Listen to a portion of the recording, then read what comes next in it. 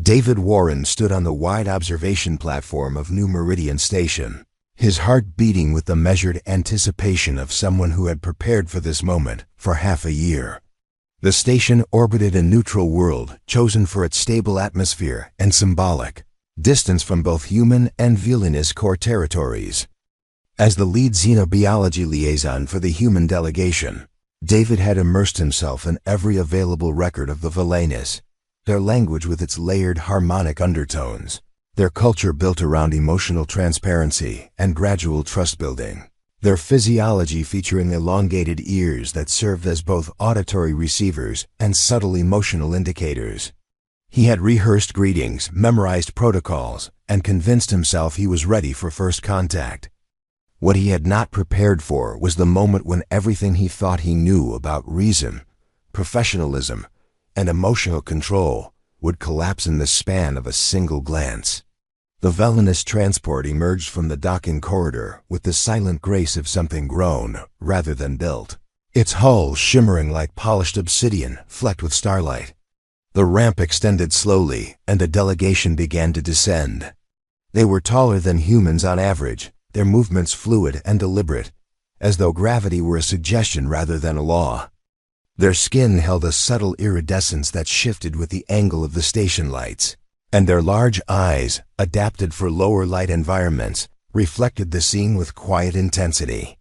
At the forefront walked several figures in formal robes of deep indigo and silver threading. David's gaze swept over them professionally, cataloging details for his report. Posture relaxed yet alert.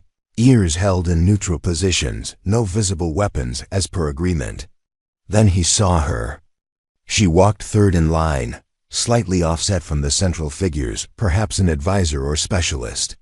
Her ears were longer and more expressive than the others, tapering to fine points that caught the light like delicate blades. Her eyes, a luminous violet gold, scanned the human assembly with calm curiosity. David did not know her name yet. He did not know she was called Sira, a biochemist and cultural liaison. All he knew was that the instant their eyes met across the 30 meters of open platform, the world narrowed to the space between them. His breath caught, his pulse surged, and something ancient and absolute locked into place inside his chest. It was not mere attraction. It was recognition profound, unshakable, as though a part of him that had been missing for 32 years had finally returned home.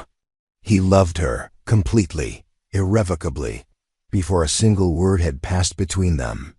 The certainty hit him like physical force, rooting him to the spot while his mind screamed that this was impossible, irrational, unprofessional. Across the platform, Sira's ears snapped forward in a sharp, instinctive motion that every villainess would have recognized as intense focus. Her posture shifted almost imperceptibly, shoulders squaring, head tilting a fraction, as though she had just heard a sound no one else could detect. Her violet gold eyes widened, locking onto his with unerring precision. For a heartbeat, the entire delegation, the station, the protocols, ceased to exist. She knew. Somehow she knew exactly what had just happened inside him. The formal procession continued. The lead villainess, Ambassador Kelleth, stepped forward to exchange the ritual gestures of greeting with the human director. David forced himself to move, to take his place in line, but his legs felt detached from his body. When the introductions reached him, he managed a bow and the prepared phrase in villainous harmonic speech. "It is an honor to welcome you to this shared space." His voice sounded steady to his own ears, but he knew it trembled at the edges. Sira spoke next. She stepped slightly ahead of protocol, her voice clear and resonant, carrying the faint musical undertone of her native language, even through perfect English. "I am Sira," she said, looking directly at him. "And you are experiencing what humans call love at first sight. I can sense it." The words landed like a shockwave. David's face burned. The human delegation around him stiffened in surprise, a few murmurs escaping before they caught themselves. He stared at her, mouth dry, mind blank. How do you know?" He managed, the question slipping out before he could stop it. Sarah's ears angled slightly downward in what he would later learn was gentle amusement mixed with empathy. Valenists perceive emotional states in other beings as clearly as you perceive color or sound. Strong emotions broadcast vividly. Yours has been unmistakable since the moment our eyes met. Intense attraction, profound recognition, an immediate sense of bonding. It is remarkably clear. David felt exposed, as though his soul had been laid bare in front of strangers.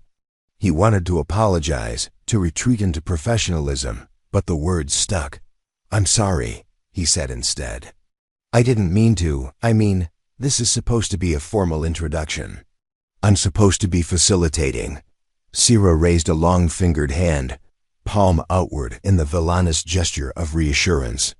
"There's no need for apology.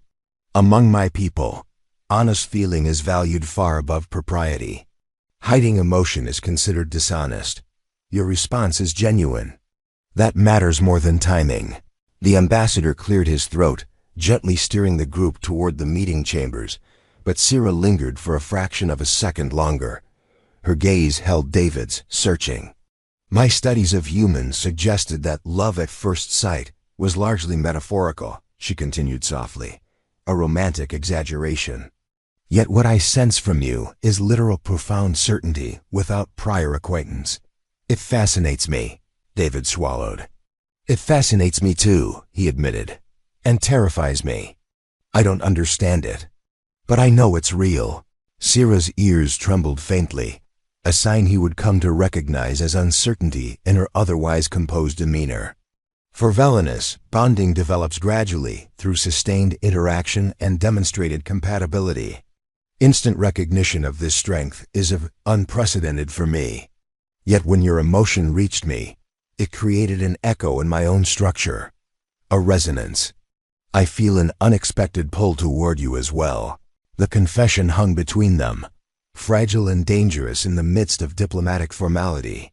David felt the weight of eyes upon them, human and villainous alike, but he could not look away from her. "This isn't the time," he said, voice low.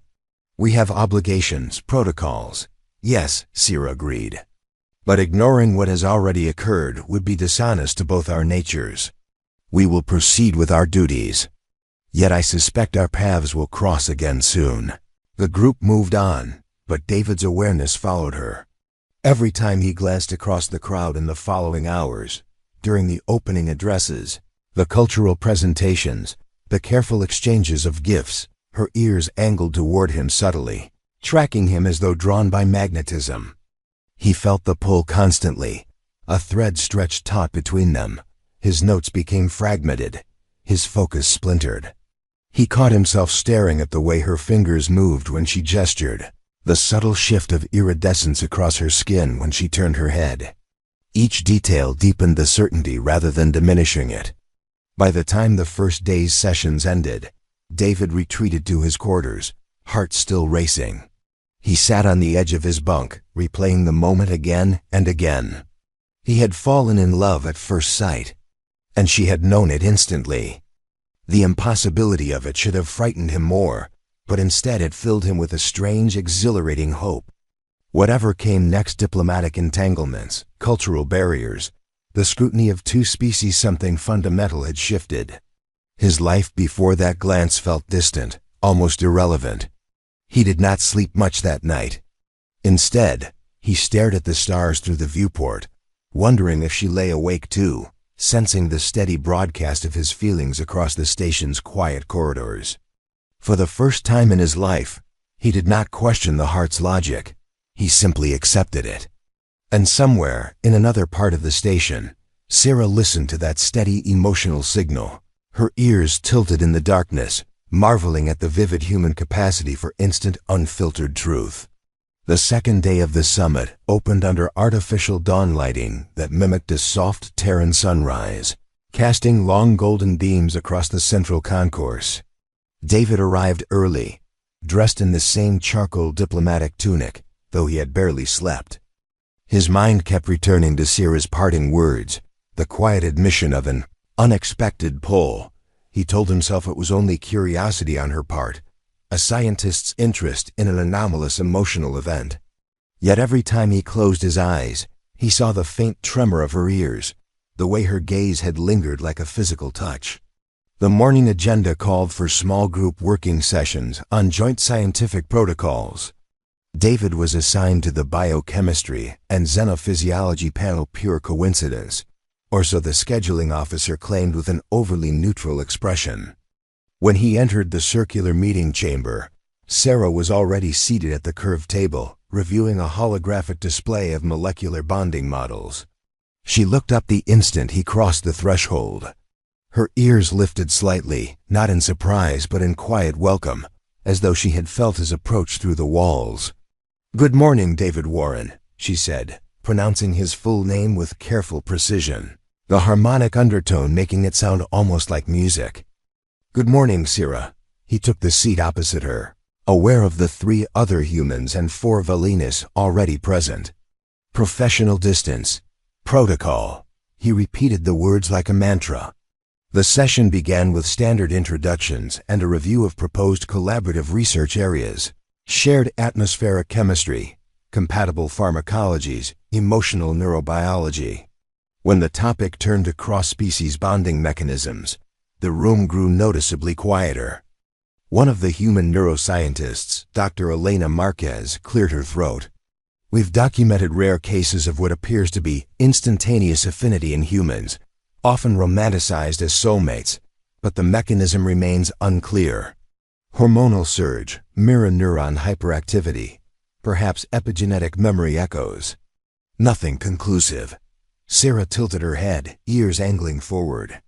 "Among Velinas, bonding follows a predictable progression: initial interest, repeated positive interaction, mutual vulnerability, then resonance, a synchronized emotional frequency that becomes physiologically measurable. Instant resonance without prelude is theoretically possible, but has never been observed in our recorded history." She paused, violet gold eyes moving to David. "Until yesterday." A ripple of attention swept the table. David felt heat rise in his neck. "It wasn't planned," he said, voice steadier than he felt. "I'm still trying to understand it myself." One of the Velinas biologists, a male named Torin with shorter, broader ears, leaned forward. "May we ask for a demonstration?" "Not invasive, just baseline readings. We have non-contact emotive scanners calibrated for both species." David hesitated. Consent was one thing. Public dissection of his feelings was another. Yet refusal now would seem evasive, perhaps even dishonest in Velena's eyes. He nodded once. A small palm-sized device was placed between them. It hummed faintly, projecting a soft lattice of light that danced across their faces and torsos. Sarah extended her hand toward it first, palm up. David mirrored the gesture. The lattice brightened, threads of color weaving between them, deep indigo from Sarah, warm amber gold from him. Then, slowly, the colors began to braid together, forming a single shimmering helix that pulsed in perfect rhythm. Torin's ears flattened in astonishment. Synchronization at 94% coherence, within seconds. This should require weeks of interaction. Dr. Marquez stared at the display. "That's statistically impossible." "Not impossible," Sarah corrected gently. "Merely unprecedented." The session continued, but the atmosphere had shifted. Colleagues now watched David and Sarah with a mixture of scientific fascination and something closer to awe or perhaps unease. When the group broke for the midday recess, Sarah rose smoothly and moved to David's side. "Walk with me," she said, the request quiet enough to remain private. They left the chamber together, moving down one of the station's quieter radial corridors lined with viewports. Stars drifted past in slow majesty. Neither spoke for several minutes. Finally, Sarah broke the silence. "You are still afraid." David exhaled through his nose. "Not of you. Of what this means, for me, for the talks, for everything.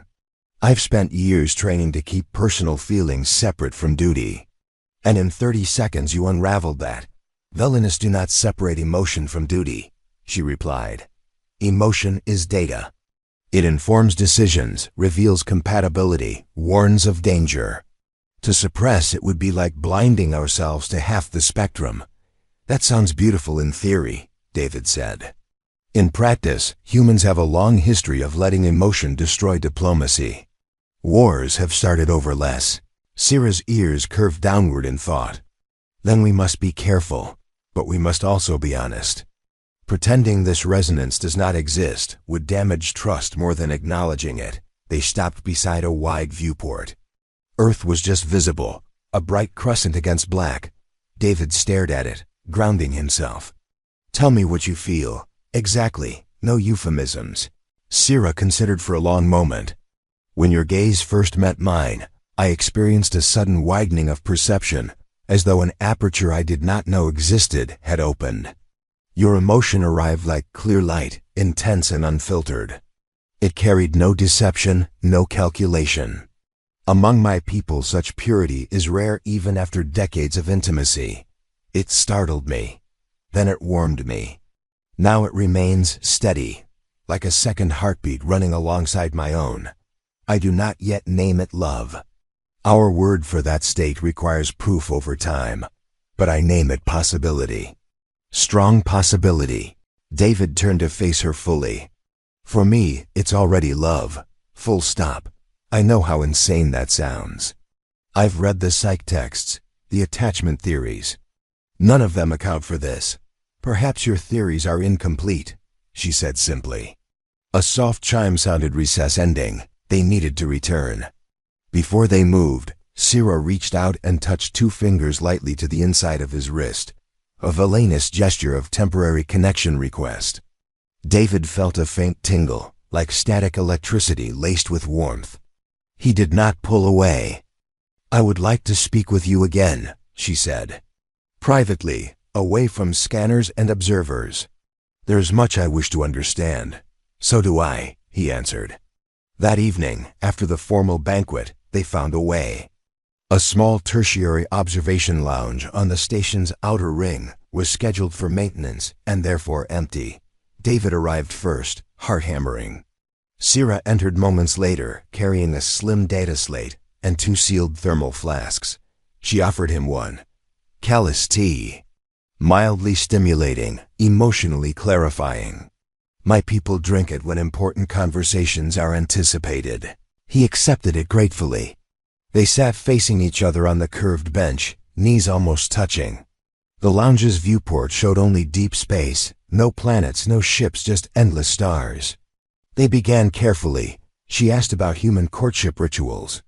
He asked about villainous bonding ceremonies. She described the slow weaving of shared memories into a mutual emotional archive. He explained the chaotic, often contradictory rush of human falling in love. They laughed quietly at the absurdities of both systems. Hours passed unnoticed. At some point the conversation turned inward. Why me? David asked. Out of every human here, why did it resonate with me? Sira's ears angled thoughtfully. I do not believe it was random. Resonance requires compatibility at multiple levels, emotional frequency, value alignment, even subtle pheromonal harmonics. You carry a particular clarity. You feel things completely, without dilution. Many humans shield their emotions, even from themselves. You do not. That transparency called to me like a beacon. David swallowed. And you? You're calm, deliberate, completely present. I've never met anyone who listens the way you do. It makes me feel seen in a way I didn't know I needed. Silence settled, comfortable now rather than tense. Sira set her flask aside. There's something I must tell you. My delegation returns to Villainous space in 9 days. After that, contact will continue through intermediaries for at least a year. Physical proximity will end soon. The words landed heavily. David had known the timeline intellectually. Emotionally, he had avoided it. 9 days, he repeated. Yes. He looked at her, really looked. The faint iridescence of her skin under starlight, the expressive curve of her ears, the steady glow of her eyes. Then we don't waste them, he said. Sira's ears lifted in what he now recognized as quiet joy. No, We do not. They talked until the station's artificial dawn began again. When they finally stood to leave, she placed her palm flat against his fingers aligned. No words. Just the contact, the warmth, the unspoken promise that whatever came next, they would face it without pretense. As David walked back to his quarters, he felt lighter than he had in years. The diplomatic machine would keep turning. Barriers would rise and fall. But something real had begun, fragile, cross-species, impossible by every textbook definition, and he intended to protect it with everything he had. The remaining days compressed into a feverish rhythm of public formality and stolen privacy. Mornings belonged to the summit, plenary sessions on resource-sharing agreements, afternoon working groups dissecting joint exploration protocols, evenings filled with carefully scripted cultural exchanges. Every moment not claimed by duty became a narrow window for David and Sira. They met in forgotten maintenance corridors, empty secondary lounges, once even in the dim hydroponics bay among towering rows of glowing lettuce and herbs. Each encounter deepened the resonance they had first measured on that scanner. Now it felt less like data and more like breathing. On the fifth night, they sat cross-legged on the floor of an unused storage alcove, backs against crates of emergency rations. Sira had brought a small projector that displayed Vellana's star charts, constellations that told stories rather than merely mapped space. She traced one with a fingertip, explaining how the pattern represented the thread that binds two lights across void. David listened, mesmerized by the way her ears moved with each phrase, expressive punctuation to words he only half understood. "You have stories like this too," she said, not a question. "Constellations, yes. But ours are mostly about heroes and monsters. Greek myths, mostly Orion the Hunter, Cassiopeia on her throne. We turned the sky into warnings and punishments." Sarah's ears angled downward in gentle sorrow. "Your species carries so much guilt in its stories. Maybe, or maybe we just like drama." He smiled, but it faded quickly. "Sira, what happens when you leave?" She lowered her hand from the projection. "The stars winked out. We return. The delegation disperses. I resume my work at the Institute of Cross-Species Neurochemistry on Velar Prime. You remain here, or return to Earth, continuing liaison duties. And us?" Her silence lasted long enough that David felt the first real chill. When she spoke, her voice was softer than he had ever heard it. "There is precedent for long-distance resonance maintenance, periodic subspace communication, shared memory uploads. But it is effortful. Most bonds that begin in proximity require sustained proximity to stabilize. Distance erodes resonance unless both parties invest heavily. Humans have long-distance relationships," he said. "They work sometimes, with trust, with visits, with stubbornness." Sira studied him. "Velenists do not practice stubbornness in bonding. We assess compatibility continuously. If resonance weakens below a viable threshold, we allow it to fade honorably rather than force it." The words struck harder than he expected. "So you're saying this could just end?" "I am saying it is possible. Not certain." She reached out, placed her palm against his again, the now familiar point of contact that sent warmth racing up his arm. "But I do not wish it to end. That wish is new to me. Velenists do not form attachments lightly. We do not experience this urgency." David closed his fingers around hers. "Then fight for it, with me." Her ears trembled. "I am already fighting. Every time I choose to meet you instead of resting. Every time I answer your questions instead of deflecting. Every time I allow your emotion to echo in me without shielding. I am fighting my own nature." They stayed like that until the station's sleep cycle dimmed the lights further. When they parted, neither said goodbye. They never did. Trouble arrived on the seventh day. During a closed-session discussion on emotional transparency and joint missions, a senior human delegate, Admiral Harlan Voss, a man whose face seemed permanently set in disapproval, raised an objection. "We've observed an unusual level of personal interaction between Liaison Warren and the villainous biochemist Sira. It's distracting. It risks compromising objectivity. The room went still. David felt every gaze shift to him. Ambassador Kelleth responded first, voice calm. Among Velanus, personal emotional authenticity strengthens rather than compromises diplomatic integrity. Suppressing it would be the greater risk. Voss leaned forward. With respect, Ambassador, human history shows the opposite. Personal attachments have led to bias, leaks, even treason in extreme cases. We need assurances that this anomaly isn't influencing recommendations. David spoke before he could stop himself. It isn't influencing my work. My reports remain factual. My analysis objective. Voss's eyes narrowed. You expect us to believe your judgment isn't clouded when half the station can see you're infatuated? The word landed like a slap. David's jaw tightened. Before he could reply, Sira spoke from her place at the Velanus table. Admiral Voss, what you call infatuation, we call resonance. It is not clouding, it is clarifying. David's emotional state is the most transparent I have encountered in any human. There is no guile in it, no hidden agenda. If anything, his attachment makes deception impossible. He could not lie to me if he tried, and I would know instantly if he did. A murmur ran through both delegations. Voss opened his mouth, closed it. For once, he had no immediate retort. Kelleth inclined his head. Perhaps we should table this matter and return to the agenda. Personal dynamics are not the subject of this session, but the damage was done. After the meeting adjourned, David was summoned to a private meeting with the human director. The conversation was brief and brutal. You're benched from direct Velanus interface for the remainder of the summit, the director said flatly. You'll handle documentation and remote analysis only. No more face-to-face. David stared. That's punitive. It's protective. Of you, of the mission, of the talks. You're too deep in this, David. We can't risk it. He left the office numb. For the first time since that first glance, the thread between him and Sira felt strained, thin. He found a way to warn her through an encrypted personal channel they had quietly established on the second night. The message was short. They're separating us. No more direct contact until departure. I'm sorry. Her reply came within minutes.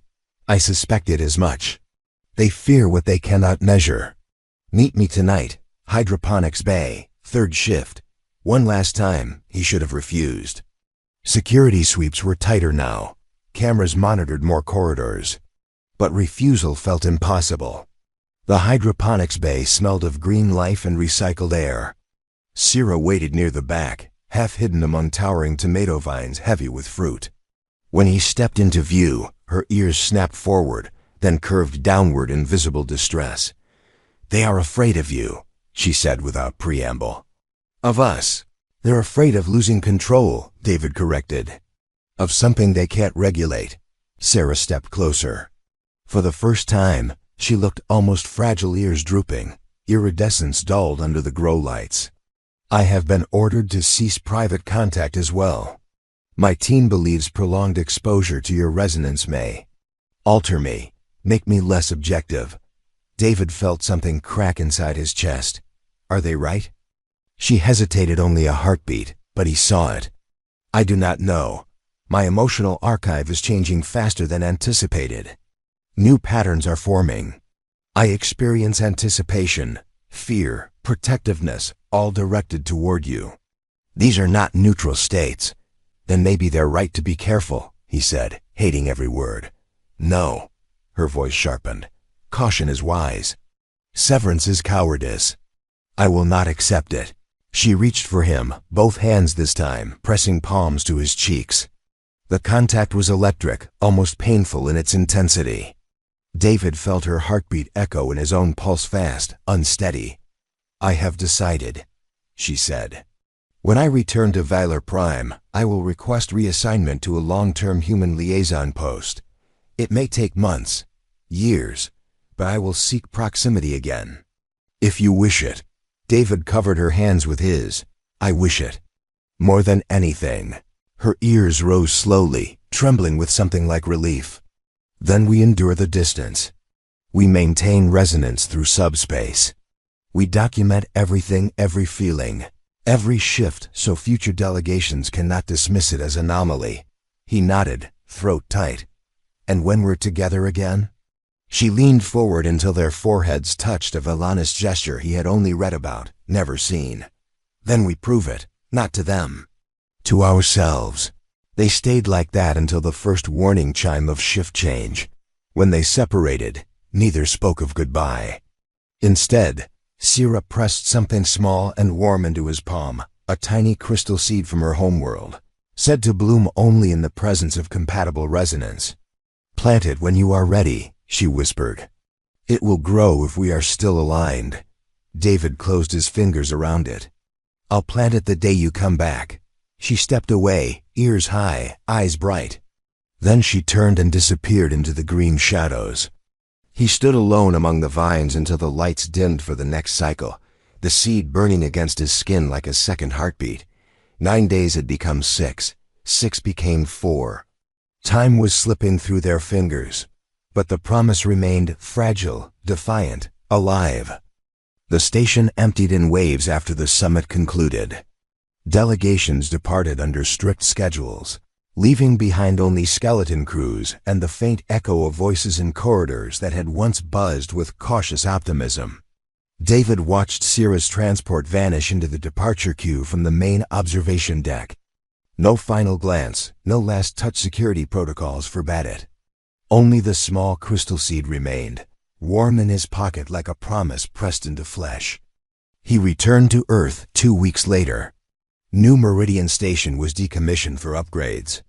The first contact phase shifted to remote channels.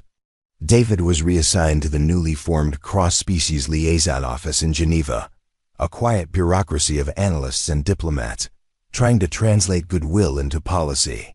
His days filled with reports, subspace communiques, and endless committee meetings.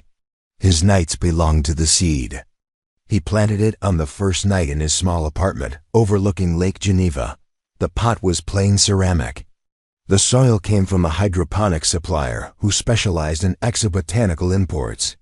He pressed the crystal gently into the dark earth, watered it with distilled water, and placed it on the windowsill where moonlight could reach it. For 3 weeks, nothing happened. Then, on the 23rd night, a hair-thin filament of pale silver emerged, glowing faintly. It grew slowly, centimeters per day, twisting upward like a living thread of starlight. David documented every millimeter with photographs and notes, sending encrypted updates to Sierra through the secure liaison channel. Her replies arrived irregularly, delayed by subspace lag and villainous security filters. At first they were formal, progress reports on resonance maintenance protocols, biochemical analyses of the emotional echo she still carried. Gradually the tone softened. She described the institute gardens where she worked, the way star rain fell in silver sheets during Wheeler's wet season, the quiet ache she felt when resonance dipped below optimal coherence during long silences. "I listen for you even when the channel is closed," she wrote once. "Your signal is faint, but persistent. Like distant music." David replied with fragments of his life. Walks along the lake when the water turned steel gray at dusk. The taste of real coffee after months of station synth. The way his pulse still jumped when her name appeared in his inbox. He never used the word love in messages. Villanis considered it premature without sustained proximity. But he let the emotion bleed through every line. The resonance held. Months became a year. The seed grew into a slender stem crowned with translucent leaves that shimmered like opals. It required no supplemental light. It fed on something else entirely. David's colleagues noticed his distraction, the way he checked his personal slate during meetings, but no one pried. The summit's aftermath had made the Warren-Sarah anomaly, a quiet legend in diplomatic circles studied, debated, never quite dismissed. Then came the breakthrough. A joint research station was approved in neutral orbit around Epsilon Indi, a permanent human villainous outpost for long-term cultural and scientific exchange. Sierra's name appeared on the roster as lead neurochemistry liaison. David received the assignment notification at 3:17 a.m. local time. He stared at the screen until the words blurred, then forwarded the message to her with one line, "I'm coming." Her response took 17 hours. When it arrived, it contained only coordinates, a docking schedule, and 4 words: plant a second seed. He did. The morning before departure, he pressed another crystal into fresh soil beside the first. This one sprouted within 48 hours faster, stronger, its silver thread already twining around its companion. The journey to Epsilon Indi took 11 weeks by fast courier. David spent most of it reviewing protocols, rereading every message, practicing the few Velanis phrases he had learned phonetically. When the courier docked at the new station, named Harmony Reach, he stepped through the airlock with his heart hammering so loudly he was sure the sensors would register it. Sira waited on the other side.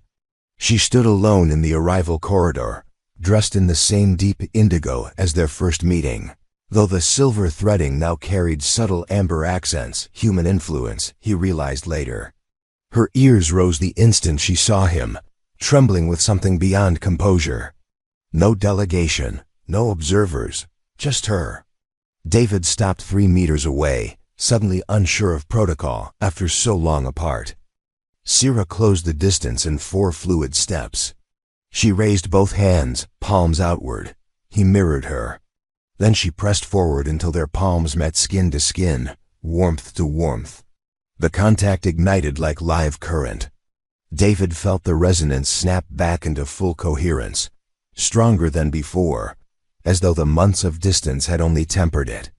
"I carried your echo every day," she said, voice low and resonant. "Even when it grew faint, it never vanished. I planted the second seed the day I got your message," he answered. "It's growing beside the first. They're already entwining." Her ears curved in what he now knew was profound relief. "Then the archive is complete." They stood like that for long minutes, palms aligned, foreheads eventually touching, until a soft chime reminded them that docking protocols required movement. She led him through the station's quiet halls to a small private garden module. There, under artificial starlight, 2 slender silver plants grew side by side in a wide ceramic basin. Their leaves brushed each other with every faint current of air. Sira knelt beside them. David joined her. "These are called Lyrian," she explained. "They bloom only when 2 compatible resonances have stabilized. The first flower opens when both bearers return to proximity and reaffirm intent." She touched one stem gently. A tiny bud at the tip trembled, then began to unfurl slowly, petal by translucent petal, revealing a core of warm amber light ringed with violet. The second plant mirrored the motion seconds later. Within minutes, 2 perfect blossoms faced each other, glowing softly, their light braiding together into a single gentle radiance. David stared, throat tight. "They're beautiful. They are us," Sira said simply. He reached for her hand again, this time lacing fingers instead of merely touching palms. "I never stopped loving you."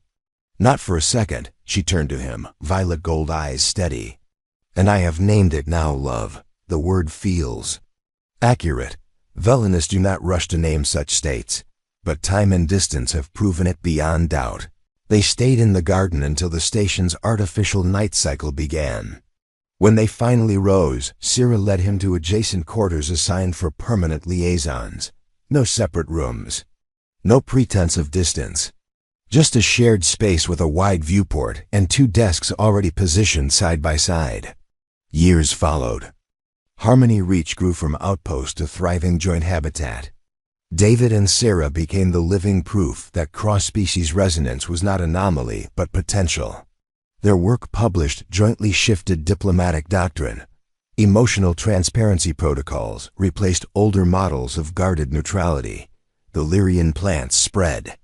Cuttings were gifted to new liaisons of both species, each pair blooming only when true compatibility was present. They never married in human terms, nor held a formal Velanus bonding rite. Instead, they renewed intent every cycle, planting a new Lyrian seed, watching it grow, letting the blossoms affirm what words could only approximate. Children were not possible biologically, but they mentored generations of mixed teams, becoming quiet legends in their own right. On quiet evenings, David would sit with Sierra in their garden, her head resting against his shoulder, his arm around her waist. Her ears would tilt toward him, even in sleep, tracking the steady broadcast of his feelings.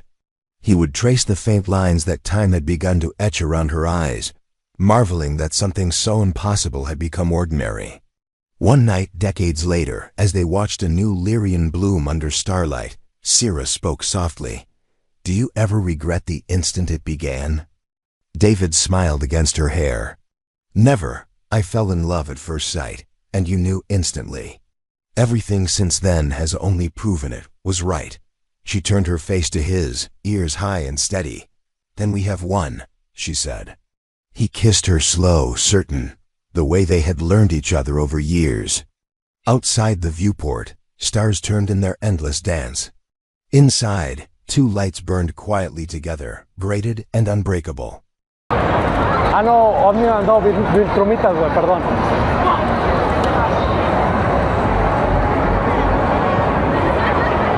Viltrumitas.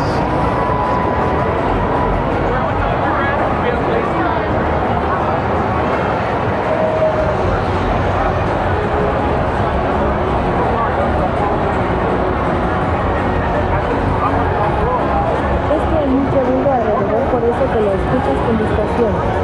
Están muy buenos esos cosplays. Sí, están god, güey. Me maman.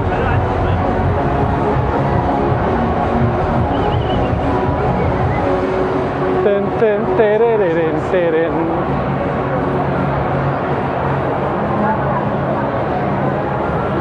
Estoy haciendo tamales, ¿quieres? Ojo, ¿a huevo de qué?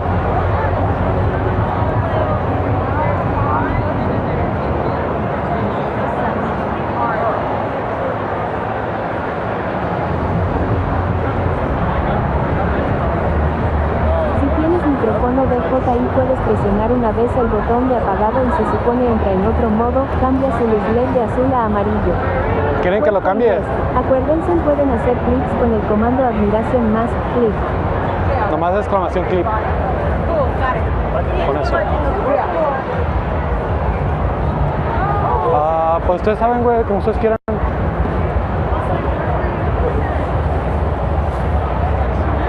Si quieren les pongo el modo así nomás para que se escuche mi voz, güey. Pero prefiero pues, que escuchen todo el desmadre, vaya.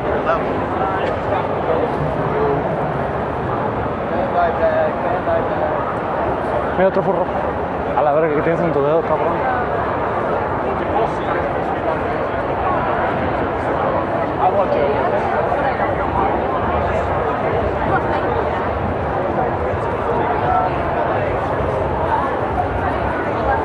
A la verga, Sweet Tooth.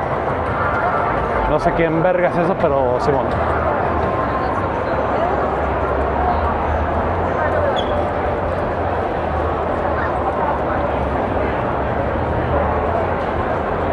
¿Cómo vas con las misiones? Nada más, estoy viendo todo lo que venden. Pero me faltan dos más para llegar al segundo tier. Al tercero, perdón. El de Twisted Metal.